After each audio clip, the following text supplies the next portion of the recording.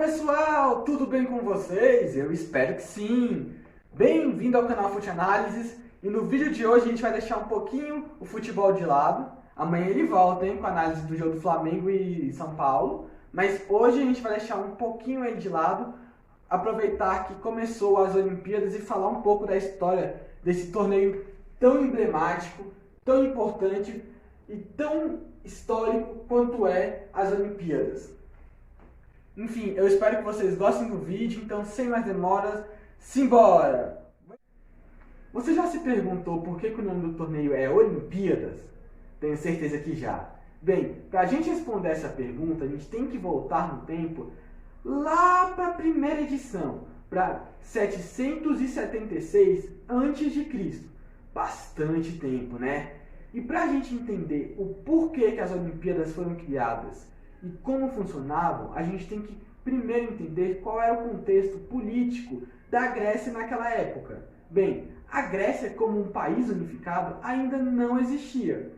Tudo que existiam eram vários e vários reinos no território grego atual. E esses reinos costumavam ter batalhas e guerras constantemente, até que três reinos, os reinos de Pisa, de Ilha e de Esparta, resolveram fazer uma trégua. E para celebrar e comemorar essa trégua, eles criaram um jogo sediado na cidade de Olímpia. Por isso o nome Olimpíadas, por ser um jogo situado na cidade de Olímpia. Na primeira edição das Olimpíadas, as coisas eram completamente diferentes da versão atual. Enquanto na versão do Japão nós temos 50 modalidades, na primeira versão tinha apenas uma, o atletismo.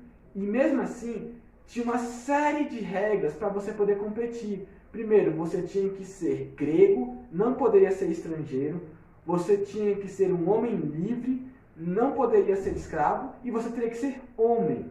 As mulheres eram proibidas até mesmo de ir nos estádios verem as Olimpíadas. Isso só começou a mudar em 404 a.C., quase mais de 300 anos, para dizer a verdade, depois da criação do torneio, para você ter uma ideia de como era naquela época. E vale lembrar também que durante os primeiros 13 anos, as Olimpíadas mantiveram apenas o atletismo, quando na 14ª edição foi adicionada a luta greco-romana, depois o pugilismo, depois o triatlon, o pentathlon, o lançamento de disco e a corrida de cavalos e algumas outras modalidades muito comuns na antiguidade. Um outro assunto que é bastante importante a gente lembrar é que as Olimpíadas, além de ser um torneio esportivo, também era um torneio religioso. Ou seja, todos os atletas, antes de participarem, deveriam fazer sacrifícios aos antigos deuses gregos, que mais tarde virariam romanos também, especialmente a Zeus. Existe uma versão muito boa da criação das Olimpíadas, que diz que, segundo a mitologia grega, foi Hércules, o herói, que criou o torneio, em homenagem a seu pai, Zeus, o deus do Olimpo. Realmente muito interessante isso daí. Com o passar do tempo, as Olimpíadas foram ficando cada vez mais e mais populares, atraindo mais e mais admiradores por todo o território grego, e até mais distante. O poder e a influência das Olimpíadas chegaram a terrenos estrangeiros. E um desses admiradores era ninguém mais, ninguém menos do que Filipe II, o rei da Macedônia, que futuramente conquistaria todo o território grego. Após a conquista, devido à sua enorme admiração pela cultura e, claro, pelos Jogos Olímpicos, ele começou a aplicar modalidades por todo o seu reino, seja desde do centro da Europa até a Ásia, que faziam parte daquela época do território macedônico. Ele começou a incentivar cada vez mais e mais pessoas a praticarem. Isso continuou com seus descendentes. Essa foi, sem dúvida nenhuma, o período de auge das Olimpíadas, o período áureo. Foi nesse período que as Olimpíadas receberam ninguém mais, ninguém menos do que figuras ilustres como os filósofos Sócrates, Platão e Aristóteles, o pai da medicina, Hipócrates, e um dos maiores reis de todos os tempos, Alexandre, o Grande.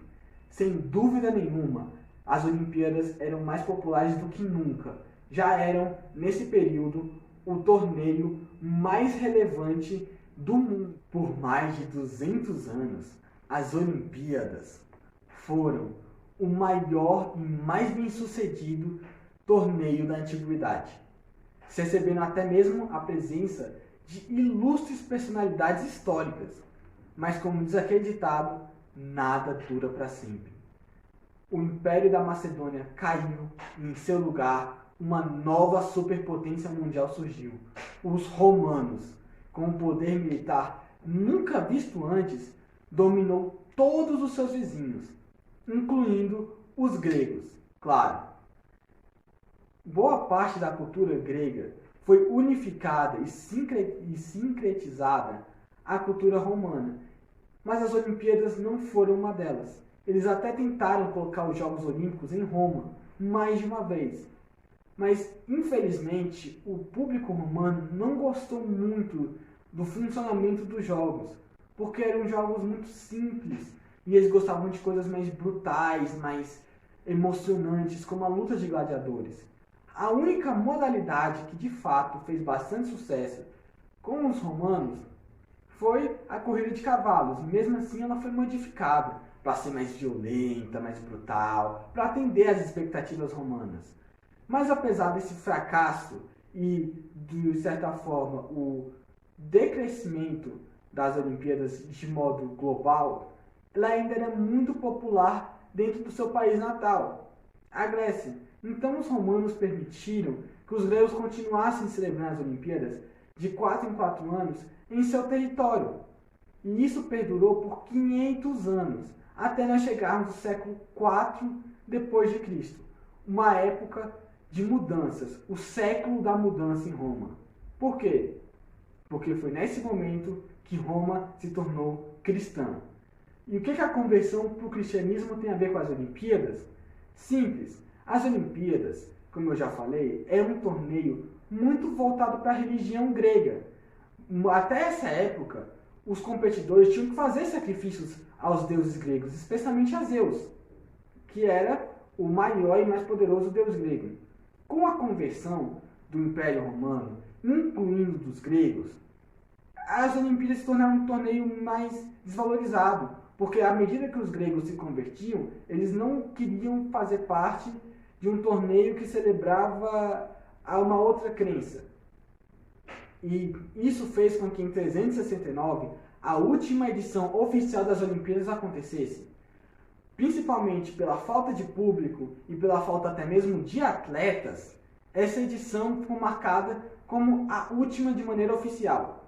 As Olimpíadas ainda continuariam a acontecer de forma amadora, até 393, quando o imperador Teodósio proibiu de vez com que os jogos fossem realizados. É que em 1896, um francês, Pierre de Coubertin, resolveu trazer de volta as Olimpíadas.